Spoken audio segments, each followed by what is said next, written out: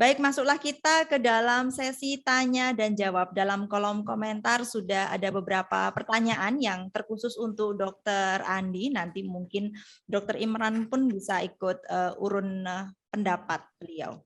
Pertanyaan yang kami identifikasi ada dua untuk Dr. Andi. Yang pertama dari Ibu Jusnita Sari. Apakah pengelolaan donasi filantropi ini khusus untuk COVID dan selama pandemi atau akan berlanjut untuk inisiasi-inisiasi filantropi pasca COVID dan non-COVID? Itu pertanyaan yang pertama. Yang kedua dari Dr. Fitri Andi Lolo. Untuk Dr. Andi, apakah pengelolaan donasi terkait filantropi tidak didistribusikan juga kepada rumah sakit swasta yang sangat membutuhkan? Nah, ini tentunya Dr. Andi pasti punya banyak sekali penjelasan terkait dengan hal ini. Monggo silakan Dr. Andi. Terima kasih. Saya respon pertanyaan pertama, apakah pengelolaan donasi filantropi ini khusus COVID dan selama pandemi atau akan berlanjut untuk inisiasi-inisiasi filantropi yang pasca COVID dan non-COVID? Saya jelaskan terlebih dahulu bahwa momentum COVID-19 ini ternyata juga memberikan hal positif dan lesson learn bagaimana keterlibatan daripada filantropi yang kami tahu bahwa sangat-sangat ingin bergotong royong untuk sama-sama membantu pemerintah mengentaskan masalah pandemi COVID ini. Jadi banyak lesson learn kita dapatkan di sini. Kemudian saya mau sampaikan bahwa dalam konteks kita bergotong royong tersebut, ya, kami Kementerian Kesehatan kan biasanya itu jadi major, ya, jadi pengendali utama, mengandalkan APBN kita, belanja misalkan HFNC, High Flow Nasal Kanul, gitu kan, dan lain sebagainya, misalkan begitu. Kita berharap bahwa kita dapat mengcover semua. Tetapi ternyata dari pandemi COVID-19 ini, bayangkan rumah sakit Wisma Haji tersebut kita instruksi misalkan hari Jumat, dalam 5 hari sudah harus operasional. Ya kan? Bayangkan kalau kita pakai APBN, itu kan harus ada pengadaan barang dan jasa, even itu pakai e-katalog, ya, surat edaran LKPP SE nomor 3, itu sudah mempercepat, tapi dalam realitanya itu makan waktu, nggak bisa 5 hari. Ya, dan ternyata filantropi itu bisa untuk mensupport, ya, hal kecepatan tersebut, sehingga harapan pimpinan 5 hari ya jalan, bisa ada sih pembelian dari APBN, tetapi itu datang belakangan. Tetapi yang sangat dibutuhkan segera itu bisa didapatkan dari filantropi tersebut, ya. Kami APBN tentunya bahwa kami tidak akan bilang kami tidak punya uang. Ada uang tersebut, tetapi untuk bergerak cepat dan menghimpun kekuatan-kekuatan filantropi, disitulah ya alhamdulillah masuk, ya, itu artinya dukungan tersebut, kemitraan tersebut berjalan dengan baik. Kemudian Bapak Ibu, bahwa yang penting sebenarnya adalah bagaimana donasi filantropi tersebut, seperti yang saya sampaikan dari A sampai Z, kita pastikan bahwa itu tersalur dengan baik, sesuai kebutuhan yang ada, jadi ada proses perencanaan juga secara cepat di situ, penilaian cepat, kemudian berjalan dengan akhir, kita pastikan bahwa itu tercatatkan pada poin set itu dengan benar, ya, berada pada, tadi saya sampaikan bahwa sementara melalui kami itu ada pencatatan jumlah barang dan nilai uang, tetapi itu jangan berhenti di situ, pastikan bahwa itu sampai terakhir di sana, ya kan, sehingga kita dalam konteks bagaimana memanfaatkan dan juga transparansi itu berjalan dengan baik. Ya. Jadi kembali akan berlanjut ke inisiasi filantropi yang pasca COVID atau non COVID ini. Saya pikir kemitraan, dukungan itu memang tetap ada. Ya, permasalahan kesehatan ini bukan hanya masalah COVID. Ya, tetapi yang penting tadi saya bilang A sampai Z. Ya. Kemudian pertanyaan kedua. Apakah pengelolaan donasi terkait filantropi tidak didistribusikan juga kepada rumah sakit swasta yang membutuhkan? Begini Bapak Ibu, ya, saya kasih contoh. Ketika saya menjadi direktur Fasiankes, ini berbicara tentang donasi HFNC. Saya ambil contoh, ada bantuan HFNC dari Singapura, dari Temasek Foundation, dari luar loh mereka membantu. Kemudian kami APBN juga mengadakan, ya, HFNC. Ya. Nah, ketika ada permintaan dari rumah sakit swasta, ya, kalau rumah sakit pemerintah kita bisa kasih dua-duanya, filantropi dari Temasek Foundation bisa kita kasih APBN, no problem, karena regulasi tidak apa-apa terkait dengan begitu, itu begitu seperti itu. Tapi filantropi bagaimana? Nah, ketika ada rumah sakit swasta meminta HFNC, ya kami kasih yang dari donasi dari filantropi tersebut, dari Temasek Foundation. Dan itu tidak masalah, itu bagus, tidak apa-apa. Tetapi kalau kami rumah sakit swasta meminta, kemudian kami memberikan HFNC, pengadaan dari APBN, maaf sekali, ya itu akan menjadi pertanyaan-pertanyaan dari auditor. Kenapa tidak mengutamakan rumah sakit pemerintah dulu? Ya, jadi saya pikir positifnya adalah bahwa alhamdulillah pada masa pandemi COVID ini, kan yang melayani COVID-19 bukan hanya rumah sakit pemerintah, rumah sakit swasta juga. Nah, ke sana jalurnya kami distribusikan. Dan kami sudah diaudit, waktu saya menjadi Direktur Fasiankes, no problem terkait dengan hal tersebut. Makasih. Ya, terima kasih Dokter Andi. Jadi bisa kita simpulkan bahwa apakah pengelolaan donasi terkait filantropi juga sudah dibutuhkan ya, Dok? Iya. Ya, betul. sudah ya, Dok ya. Oh, baik. Sudah.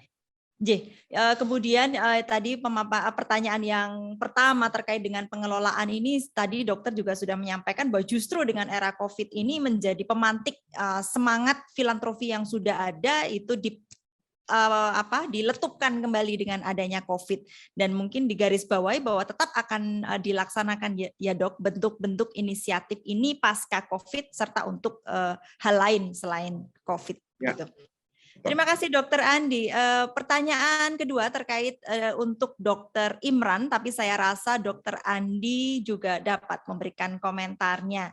Dokter tadi banyak menyampaikan terkait dengan pembelajaran kemitraan.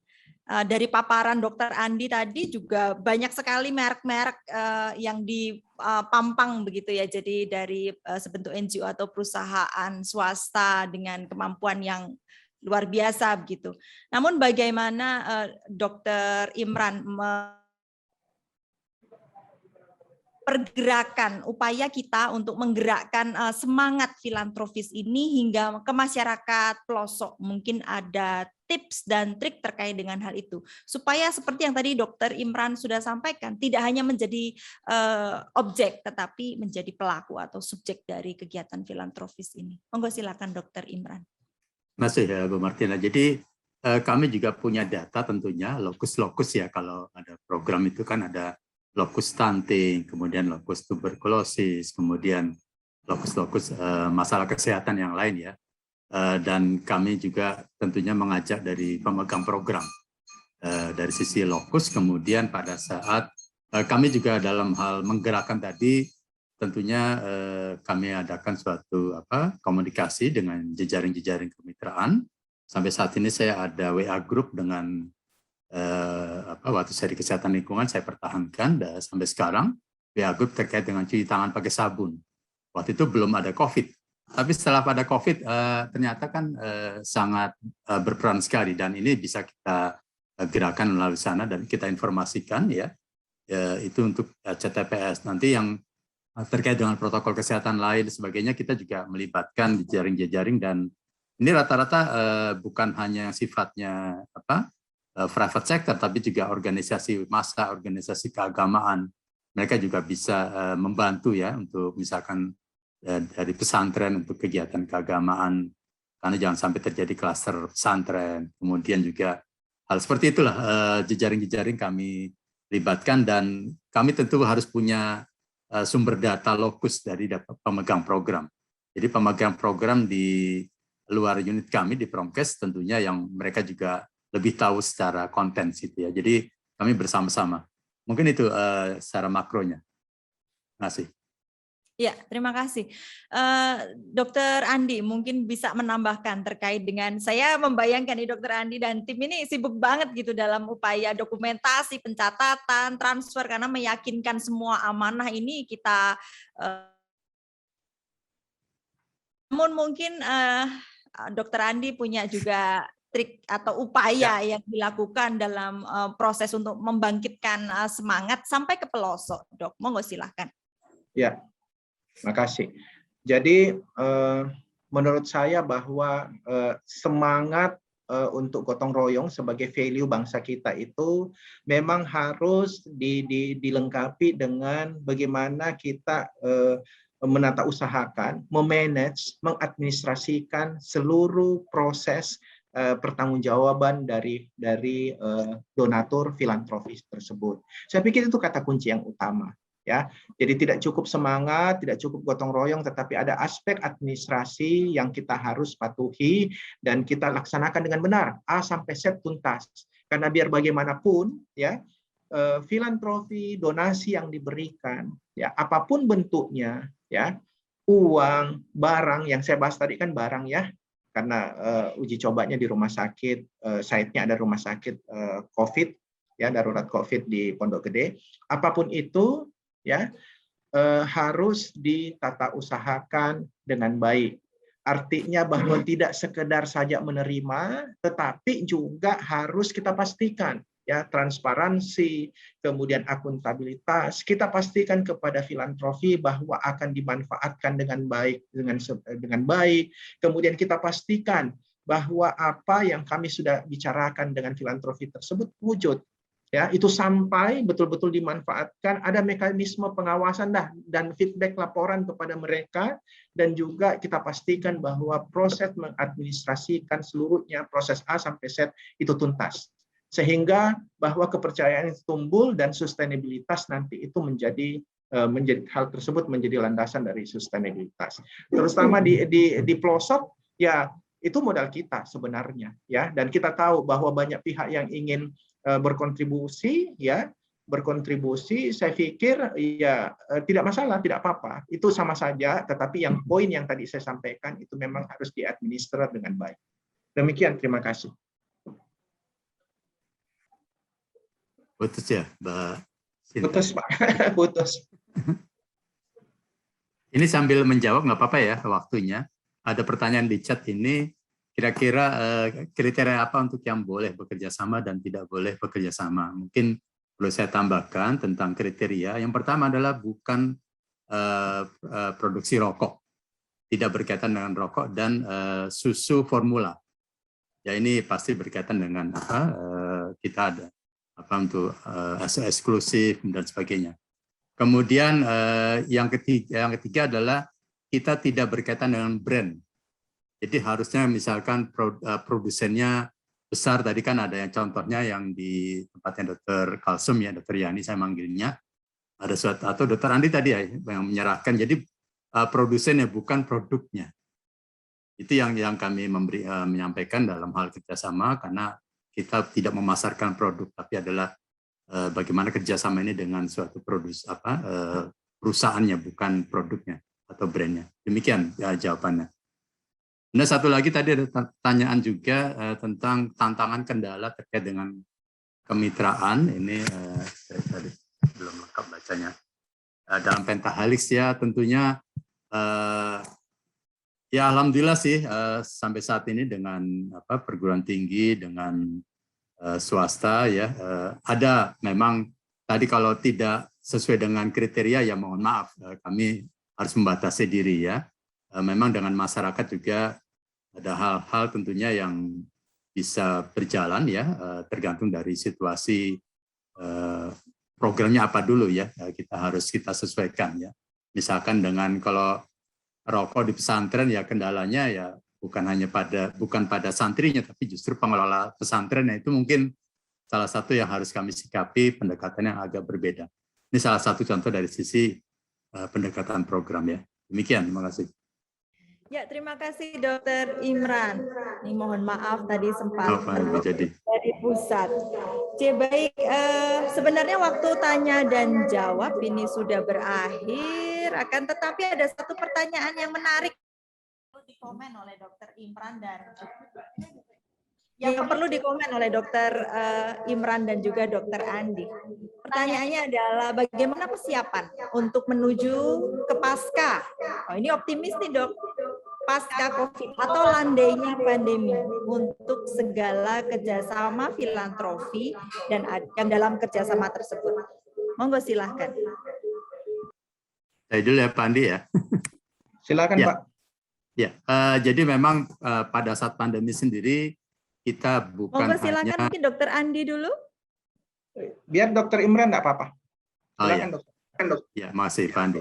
Jadi kita selain mengedukasi dan sosialisasi soal protokol kesehatan yang 3M, 5M atau ada MM yang lain ya, selain juga vaksinasi dan tes 3T, testing, tracing dan treatment itu, kami juga harus tidak boleh kurang terkait dengan germas. Germas ini sebenarnya di samping menguatkan daya tahan tubuh kita, kemudian juga sisi lain dari selama COVID itu kan ada germas yang harus dikuatkan. Tapi setelah pandemi COVID, germas saya rasa sangat bermanfaat. Ya, bukan hanya untuk berolahraga, maka. Kenapa hilang? Maaf ini termute ya.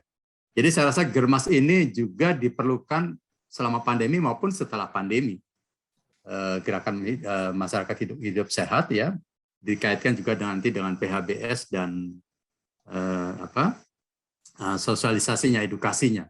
Jadi saya rasa ini setelah pandemi, sekarang pada saat pandemi germas harus kita sering kita sampaikan terus, tapi juga setelah pandemi malah lebih bermanfaat. Kemudian soal penggunaan masker dan cuci tangan pakai sabun.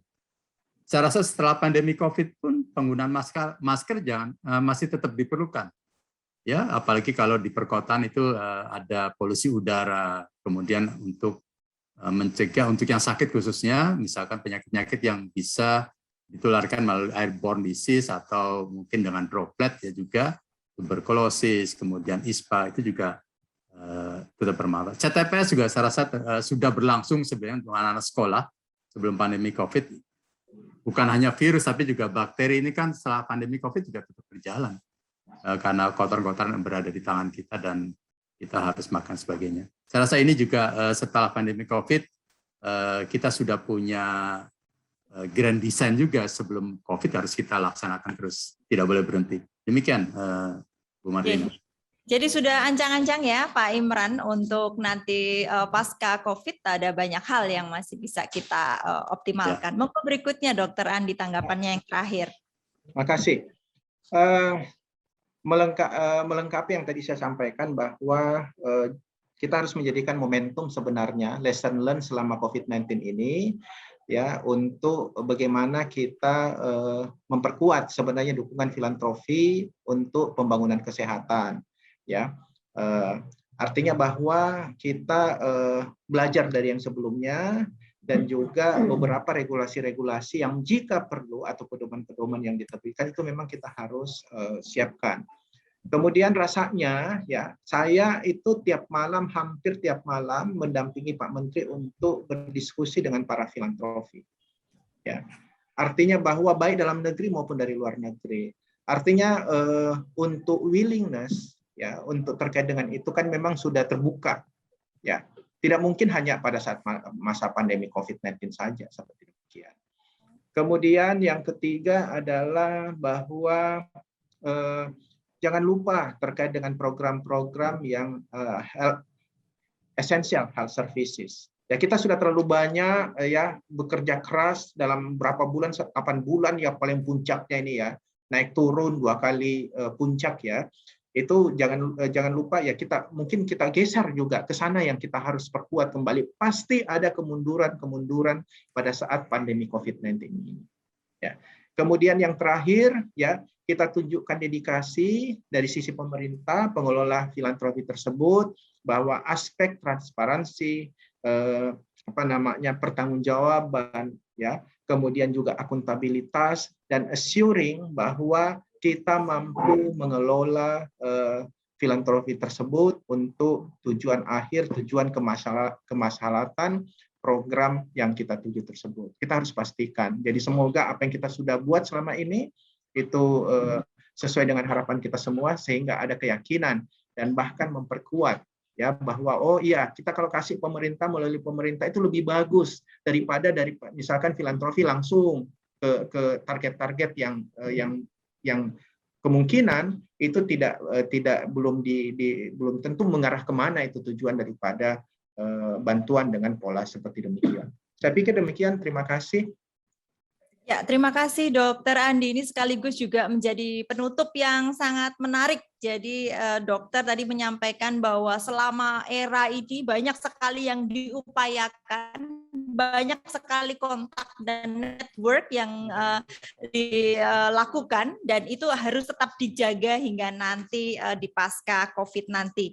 Kemudian tadi dokter juga menyampaikan nih upaya kesehatan ini mungkin kelelahan begitu, sehingga pasca COVID mungkin ada banyak perbaikan, dukungan, merapikan kembali berbagai hal fisik maupun non fisik. Dan yang terakhir memang dibutuhkan betul dedikasi dan transparansi dalam upaya untuk menyalurkan, mendistribusikan bantuan secara bertanggung jawab dan penuh dengan akuntabilitas. Nah, rasanya diskusi ini sangat menarik dan bisa going on and on, tapi waktu juga yang kemudian memisahkan kita. Sesi ini saya akhiri. Ini merupakan sesi yang kedua di hari kedua Fornas kedua Filantropi Kesehatan. Saya mengucapkan terima kasih pada narasumber kita yang kedua, yaitu Dr. Imran dan Dr. Andi untuk waktunya, energinya, sharingnya sangat menarik dan sangat bermanfaat. Semoga dokter dimanapun berada tetap sehat dan semangat dalam berkiprah dan juga berkontribusi dalam era pandemi ini.